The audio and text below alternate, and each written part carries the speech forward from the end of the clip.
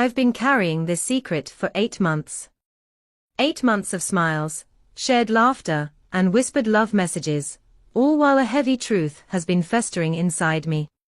I don't know if you can ever truly forget a betrayal, especially when the one you betrayed is someone who loves you so completely, so unconditionally. My name is Sophia, and my marriage to Daniel has been everything I ever dreamed of. He's kind, attentive, and he loves me in a way that makes me feel seen and cherished. I was so sure I was ready for this, ready for him. Ready for forever. But I wasn't. Not entirely. Not when I still carried pieces of my past that I couldn't let go. 2 weeks before our wedding, I cheated. I don't even know how it happened, not entirely. One moment, I was walking through the streets of the city, preparing for the life I'd just begun to imagine with Daniel. The next, I was face to face with Lucas. My ex. The one man I had never really let go of, no matter how much time had passed. It wasn't supposed to happen. We weren't supposed to meet. But there he was, looking just as he always did, charismatic, magnetic, with that familiar smile that still made my heart skip. I had been out running errands for the wedding, the stress of it all weighing on me. And then, there was Lucas. We exchanged pleasantries at first, the words polite, but edged with something unspoken. He looked at me with those same eyes, the ones that had always held a depth, an intensity one never knew how to handle. For a moment, it felt like no time had passed between us at all. Then, just as quickly as we had met, the conversation deepened. He mentioned how he'd been thinking about me, how he missed the old days when we could just talk and be ourselves. And just like that, all the walls I had spent years building came crumbling down. Those feelings I had buried for so long came rushing back, all at once. It wasn't just the old familiar attraction, it was something more. A longing. Regret. And then came the moment of weakness. One glass of wine turned into 2, and before I knew it, we were standing close, so close that I could feel the heat of his body against mine. The world seemed to blur around us. I told myself it wasn't a mistake. I told myself it wasn't what it seemed. But deep down, I knew. And I couldn't stop. I went to his apartment, just to talk. But talking turned into something else. Something I couldn't take back. We fell into each other the way I always feared we might, but I didn't stop him. And the next morning, when I woke up next to him, the reality of what I had done hit me harder than anything else ever had. It was too late then. I had crossed a line. I've been carrying that weight ever since. Every time Daniel holds me, every time he looks at me with those loving eyes, I feel the guilt choke me. How can I be worthy of his love when I've betrayed him? How can I stand beside him when a part of me is still tangled in the past, with Lucas? The worst part is, I don't know if I can ever truly forgive myself. How can you when you've broken something so beautiful, something that was supposed to be perfect? I love Daniel. I do. But the secret, the guilt, it never leaves. Not for a single moment. It's a shadow I carry with me. And every day, I question myself, wondering how long I can live with this lie. How long before it consumes me completely? I keep hoping it will get easier, that the burden will somehow fade. But it hasn't. It's only grown heavier, and I'm starting to wonder how long I can keep pretending everything is fine. It was a charity gala, one of those events Daniel insisted we attend, where the glittering lights and clinking glasses filled the air with a false sense of celebration. He was excited, of course. He's always been so involved in causes that matter to him, and I love how deeply he cares. That's part of the reason I married him, his passion, his warmth, his ability to make anyone feel seen and heard. He was so proud to have me by his side, and I couldn't help but feel lucky, even as my stomach twisted in knots with the weight of my secret. But then it happened. As we were making our way through the crowd, mingling with guests, I saw him. Lucas. It was as though time stood still, just for a moment. The world around me blurred, and there he was, leaning casually against the bar, exuding that familiar charm, the same magnetic presence that had once drawn me in so completely. He hadn't changed. His smile was the same, his eyes still holding that glint of mischief and mystery. And the way he looked at me, it was as if no time had passed at all, as if we hadn't both moved on with our lives. Well, look who it is, Lucas said with a grin, his voice smooth and confident, sending a shiver down my spine. I froze for a split second, unsure of what to say. And then, as if I had no control over my own body, I smiled back. Lucas, I managed to say, my voice coming out steadier than I felt. The briefest of exchanges followed, words that felt so hollow yet charged with meaning, like we were both skirting around the real question, why were we still here? After all this time, after everything that had happened. He didn't waste time with pleasantries. You look beautiful, as always. Daniel's a lucky man. I nodded, but my heart was pounding. I could feel the weight of his words, the heat in his gaze, the pull I had never quite managed to escape. It was too much, too soon, but I couldn't look away. Lucas was unrepentant, I knew that. He didn't apologize for what had happened between us. Instead, he leaned in slightly, his voice lowering in that familiar tone that had always made my heart race. We should catch up sometime.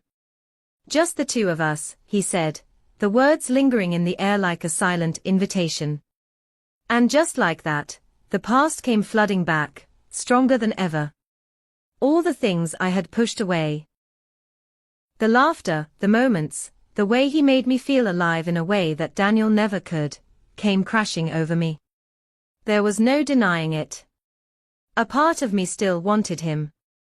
I glanced over at Daniel, standing a few feet away, laughing with another guest, his smile lighting up the room. He was perfect. He was everything I could ever want. And yet, there was Lucas, pulling at the threads of my resolve, tempting me with the taste of something I thought I'd outgrown. You should call me, Lucas said softly, as though it was the most natural thing in the world. I've missed you. I stood there for a moment, caught between two worlds, one where I had committed myself to Daniel, to the life we were building, and the other where I had once felt alive with Lucas. I didn't answer. I couldn't. But I didn't walk away either. Later that evening, as Daniel and I made our way back home, I tried to shake off the lingering feeling of Lucas's presence, but it clung to me. I could still hear his voice in my head, feel his eyes on me.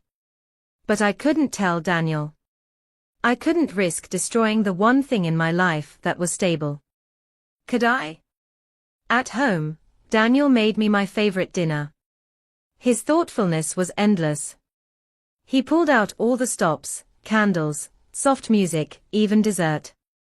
As we sat together, laughing and talking, I could feel his love enveloping me, and yet, the distance inside me was growing. Every time he reached for my hand, I pulled away just a little.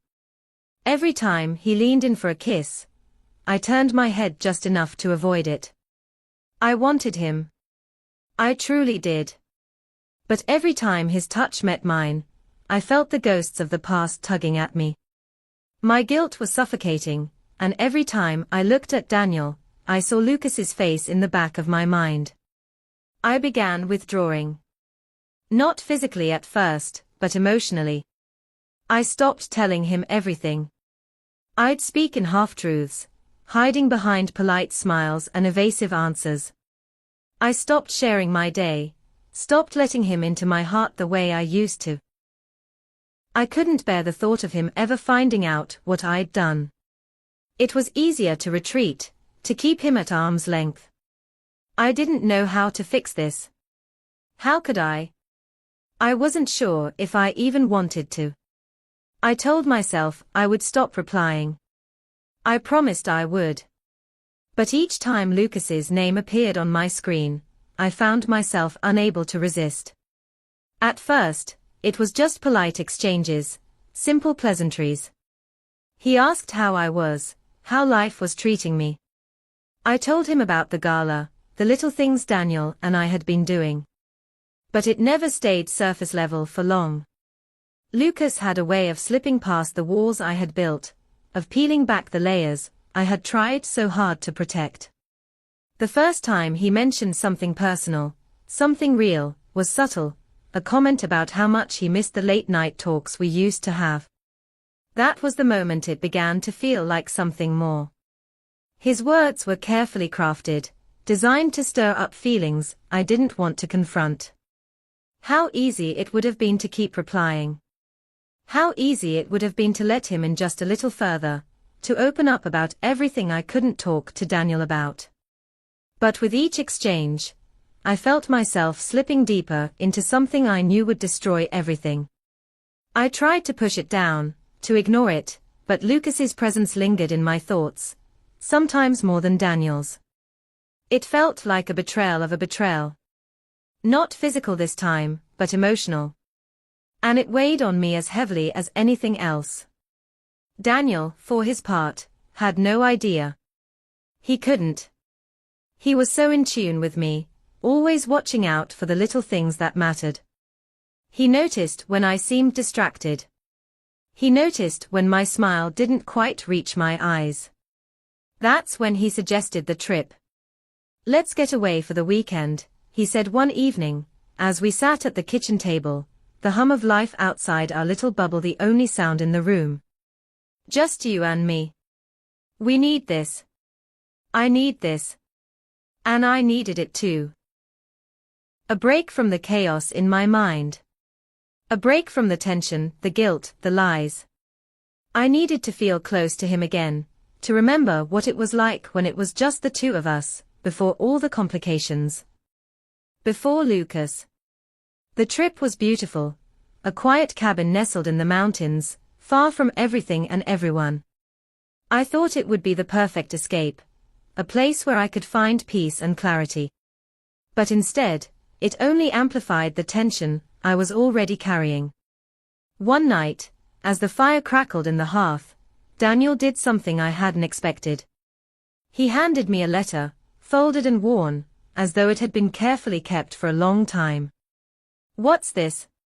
I asked, my voice barely above a whisper.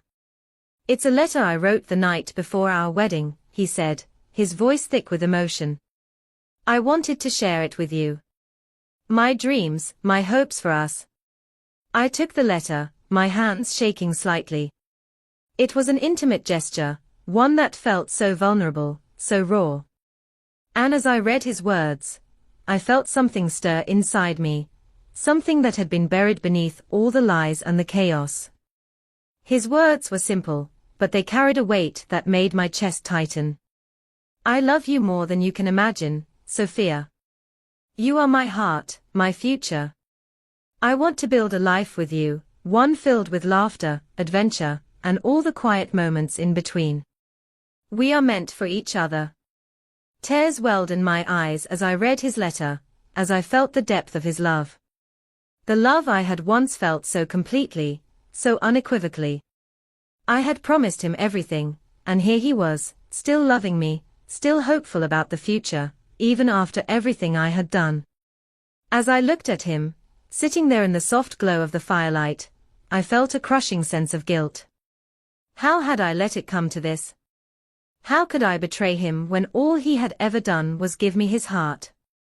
"I don't deserve you," I whispered, more to myself than to him. The weight of what I had done was almost too much to bear. Daniel reached over, taking my hand gently. "You're here with me, right? That's all that matters. We'll figure it out. Together." The words were comforting, but they didn't ease the storm inside me. I realized then that I couldn't keep living this way, torn between the love I had for Daniel and the pull I still felt toward Lucas. That night, after Daniel had fallen asleep, I took out my phone. I stared at the screen for what felt like an eternity. Lucas's name was still there, waiting for me. I had to stop. I had to end it. But as I started to type a message, my fingers faltered. A part of me, one I couldn't ignore, wanted to reach out to him, to keep that door slightly open. What if I let it all go? What if I let him back in? The battle raged on inside me, my heart torn between the man I had promised my life to and the man who once held my soul. I knew what I had to do. But it wasn't that easy. I hit send. But as I did, something inside me whispered that it wasn't the end, not yet. I had planned it all out. I would write the letter, find the perfect time, and tell Daniel the truth. It had to be done, even if it shattered everything. I owed him that much. But as I sat at our kitchen table, pen in hand, the words felt heavy, like stones pressing down on my chest. No matter how many times I tried to write the first sentence, the guilt choked me. The letter sat there for days, unfinished. I watched Daniel go about his days, blissfully unaware of the storm brewing inside me. His love for me was so constant, so unwavering. He didn't deserve this. But every time I looked at him, I felt like a fraud. The weight of the secret, the burden of what I had done, gnawed at me from the inside out. I knew it was only a matter of time, before the truth came crashing down. Then, one evening, it happened. Daniel had gone to bed early, and I stayed up, hoping to finish the letter, hoping that somehow, I could find a way to make things right. I carefully placed it in the drawer of our shared nightstand, exactly where I thought I could leave it for when the moment felt right. But when I came back into the room the next day, the letter was gone. My heart sank, and I felt a cold sweat break over me. Daniel had found it. I should have known. He had always been perceptive, always so in tune with me. He must have opened the drawer looking for something, anything, and stumbled upon it. I could feel my breath catch in my throat as I walked into the living room. There he was, sitting on the couch, the letter crumpled in his hand. His face was pale, his eyes wide with disbelief and pain. "You were going to tell me?" he asked, his voice barely above a whisper. The hurt in his eyes hit me harder than any accusation. "Daniel," I began, my voice shaking. I couldn't look him in the eyes, not now. Not when everything I had done was out in the open. "Why?" His voice cracked as he repeated the question. "Why didn't you tell me? Why didn't you come to me before this?" His words were raw, laced with hurt and confusion, the kind of pain that made my heart splinter. I couldn't answer him at first. My throat was tight, and my mind was spinning. How could I explain something that felt so tangled? How could I make sense of what had happened, of the lies, the betrayal, the emotional affair I had allowed to fester inside me? Finally, the dam broke. I collapsed onto the couch next to him, my hands trembling. "I'm so sorry, Daniel. I should have told you. I wanted to, but I was scared. I thought I could fix it on my own." Daniel's eyes burned with pain, but his voice remained steady. "Fix what, Sophia? Fix us? What happened? Who is he?" I closed my eyes, unable to meet his gaze. "Lucas. It's Lucas. My ex. I slept with him before we got married. And after that, I couldn't stop thinking about him. I know it's wrong. I know it was a mistake, but I couldn't let go. He was always there, and I let it happen. I let him back into my life." A wave of silence fell between us, and I could feel Daniel's breath quickening as he processed my words. The weight of it all seemed to suffocate the air around us. "I love you," I continued, my voice breaking. "I love you more than anything. But I couldn't get past what happened with him. And I kept it from you because I was afraid of losing you. I was afraid of how you would look at me if you knew. I didn't want you to see me for what I really am. Daniel stared at me, his expression a mixture of heartbreak and disbelief. So all this time, he trailed off, shaking his head. All this time, I've been loving someone who couldn't even trust me enough to be honest with me. I opened my mouth to speak, but no words came out. The pain in his voice was like a slap, cutting deeper than anything I had ever felt. I had done this to him. I had betrayed his trust in the worst possible way. I never meant to hurt you, I whispered, tears streaming down my face. I never wanted to break you, Daniel. I thought if I kept it hidden, I could protect us, but I see now how wrong I was. I should have come to you. I should have been honest. He shook his head again, this time more firmly. But you weren't. You chose to keep it hidden. You chose to keep it from me. And that's what I can't understand.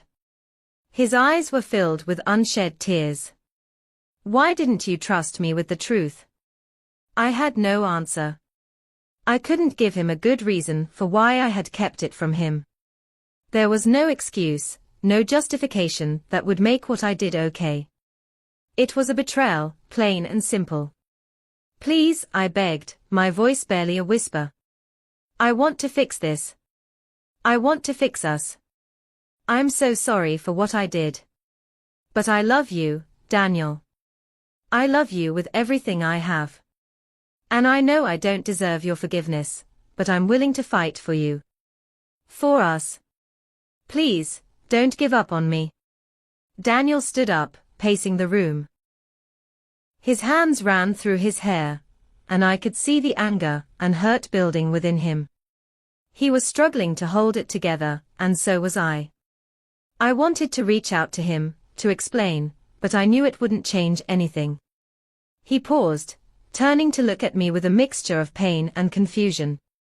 I don't know if I can ever trust you again, Sophia. I don't know if I can get past this. But I can't just forget it either. And with that, my heart shattered. I knew the damage was done. The question now was whether it was too late for us to heal, or whether the wounds were too deep to mend. The days following the confrontation were a blur of emotions, guilt, regret, and a longing to make things right. Daniel's ultimatum echoed in my mind, replaying over and over: cut ties with Lucas and prove my commitment to our marriage, or he would leave. There was no middle ground, no easy way out. It was a decision that would define the rest of my life. I knew what I had to do. But the weight of my actions pressed down on me, making every step feel heavier than the last. How could I undo the damage? How could I rebuild a bridge that I had torn down with my own hands? Daniel's pain was palpable. Even in his silence, I could feel the distance between us growing. He was giving me a chance, if I proved myself worthy. If I showed him that I wasn't the woman who had betrayed him, that I wasn't the woman who had torn apart the trust we'd built. But the clock was ticking, and I knew time wasn't on my side. I took a deep breath as I dialed Lucas's number. My fingers trembled, but I knew what I had to say. No more half measures, no more lingering attachments. This would be the end. When he answered, there was a hint of surprise in his voice, but his charm remained intact. Sophia, he said, his tone teasing. How are you? I thought we'd been avoiding each other lately. I'm fine, I said, my voice steady, though every word felt like it had been forced out of me. Lucas, we need to talk. I could hear him shift on the other end, his curiosity piqued. What's on your mind? I've made a decision, I said, feeling my chest tighten with each word. I'm choosing Daniel. I'm choosing my marriage, and I'm cutting ties with you. I'm done. I need to move forward, and that means letting go of everything that happened between us. There was a long silence on the other end, and for a moment, I thought he might try to persuade me. But instead, I heard the familiar coolness in his voice. You think you can just walk away, don't you? He said, his tone shifting to one of mild amusement. You'll regret this, you know. You've got something special here, but you're just going to throw it all away. I'm not throwing anything away, I replied, my voice firmer now. What we had was part of the past, but it doesn't fit into my future anymore. I'm not the same person I was when we were together. I'm married, Lucas. I'm committed to my husband, and I can't keep letting you pull me back into a life I've left behind. There was a long pause, and when Lucas spoke again, his voice was colder than before. Well, good luck with that. I hope you don't regret it. And with that, the line went dead. It was over. I hung up, my heart pounding in my chest. For the first time in months, I felt a small flicker of relief. I had done it. I had severed the tie that had been pulling me in two directions. Now, there was only one path left for me, the road to redemption. Over the following months, I threw myself into the work of repairing my marriage. I attended counseling, alone at first, to understand the root of my indecision and to face the demons within me. It was hard, harder than I could have imagined. Each session forced me to confront parts of myself I had long buried, the fears, the insecurities, the unresolved emotional wounds that had driven me to seek comfort outside of my marriage. But slowly, I began to understand. I wasn't just betraying Daniel. I was betraying myself, my own sense of worth, my belief in love and commitment. It wasn't just about Lucas or my affair. It was about something deeper, something that had to be healed if I was ever going to move forward. I started to make small changes. I communicated more openly with Daniel, letting him see the raw truth of who I was, the broken pieces, the fears, the love that I still had for him. I worked on rebuilding the trust that had been shattered, one small step at a time. I didn't expect it to happen overnight. Trust takes time, and the damage I had caused would take months, maybe years, to heal. But I was committed. I was determined. Daniel noticed the changes, but his heart remained guarded. He was still hurt, still uncertain. But he saw my efforts. The late-night talks, the honest answers to the questions he had been afraid to ask, the little gestures of love I gave him every day. It wasn't much, but it was a start. One evening, as we sat on the couch, Daniel reached for my hand. It had become a simple gesture over the past few months, a way to show that we were still connected despite everything that had happened. But that night, it felt different. There was a softness in his touch, a gentleness that hadn't been there before. I see you, Sophia, he said, his voice low. I see the effort you're putting in. And it means something. I can't forget what happened, but I can see that you're trying. And I'm trying too. Tears welled up in my eyes as I squeezed his hand. I love you, Daniel. I'm so sorry for what I did. I can't take it back, but I'll spend every day trying to prove that I'm worthy of your trust again. Daniel nodded, his eyes softening, but there was a quiet resolve in his gaze. It's not about proving anything to me, Sophia. It's about proving it to yourself. About showing that you can be the woman I know you can be. And if we do this together, we can make it work. It wasn't perfect. It wasn't easy. But it was a beginning. A small, fragile beginning, but a beginning nonetheless. And as I sat there with him, I knew this road was far from over. But it was the only road I wanted to walk. With him. Together. A year had passed since that difficult turning point in our lives. A year of healing, growth, and change. Daniel and I had weathered the storm together, but our relationship was not the same as it once was. It was scarred, yes, but it was also stronger in ways I hadn't expected. We sat at a small table at our favorite restaurant, the quiet hum of the evening enveloping us as we celebrated our anniversary. The familiar setting was comforting, but the person sitting across from me, the man I had betrayed, the man who had forgiven me, was someone entirely different now. Daniel had changed too. He was no longer the man full of quiet hurt and guarded love. He had opened up again, cautiously, but he had let me in. I could see it in the way he smiled at me now, gentler, more genuine, and in the way he spoke about the future with hope, not fear. As we clinked our glasses in a silent toast, he reached into his jacket pocket. I watched as he pulled out a small, folded letter, the edges creased slightly from where it had been carried for some time. My heart skipped a beat. "Another letter?" I asked, a small laugh escaping my lips. Daniel smiled, his eyes soft but serious. "It's not just any letter. It's a reminder, for both of us." He handed me the letter, and I opened it slowly, my hands trembling just slightly. Inside, in his familiar handwriting, were words that carried more weight than any declaration I had ever received. "Sophia, 1 year ago, we stood on the edge of something we thought we couldn't come back from. But here we are. I've seen the person you've become, stronger, more honest, more committed. And I'm proud of us. This letter is my promise to continue moving forward, no matter the scars.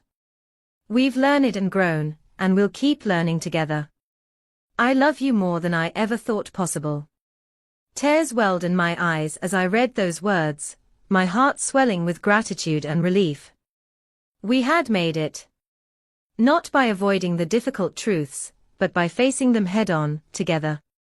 "Thank you," I whispered, my voice thick with emotion. Daniel reached across the table and took my hand, squeezing it gently. "No, thank you. For choosing us. For choosing me." As I looked at him, I realized how far we had come, not just in the past year, but in every moment we had spent rebuilding what we once had, and building something even more meaningful. The past was behind us, but it had shaped us into who we were now. We were stronger. We were better. The dinner ended, but the journey wasn't over. There would always be challenges ahead, but we had learned that love wasn't just about passion, it was about trust, commitment, and growth. It was about standing by each other, even when the road was tough, and building something that could endure. As we left the restaurant, hand in hand, I looked at Daniel with a sense of peace. We had weathered the storm, and we had come out on the other side. Together. And for the first time in a long time, I was certain this was only the beginning. If you've enjoyed this story and found yourself reflecting on the complexities of love, trust, and redemption, don't forget to like, share, and subscribe for more stories that touch the heart and stir the soul. Share your thoughts in the comments. I'd love to hear how you connect with the journey of Sophia and Daniel.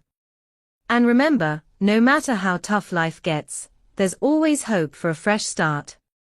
Thank you for joining me, and I can't wait to share more stories with you soon.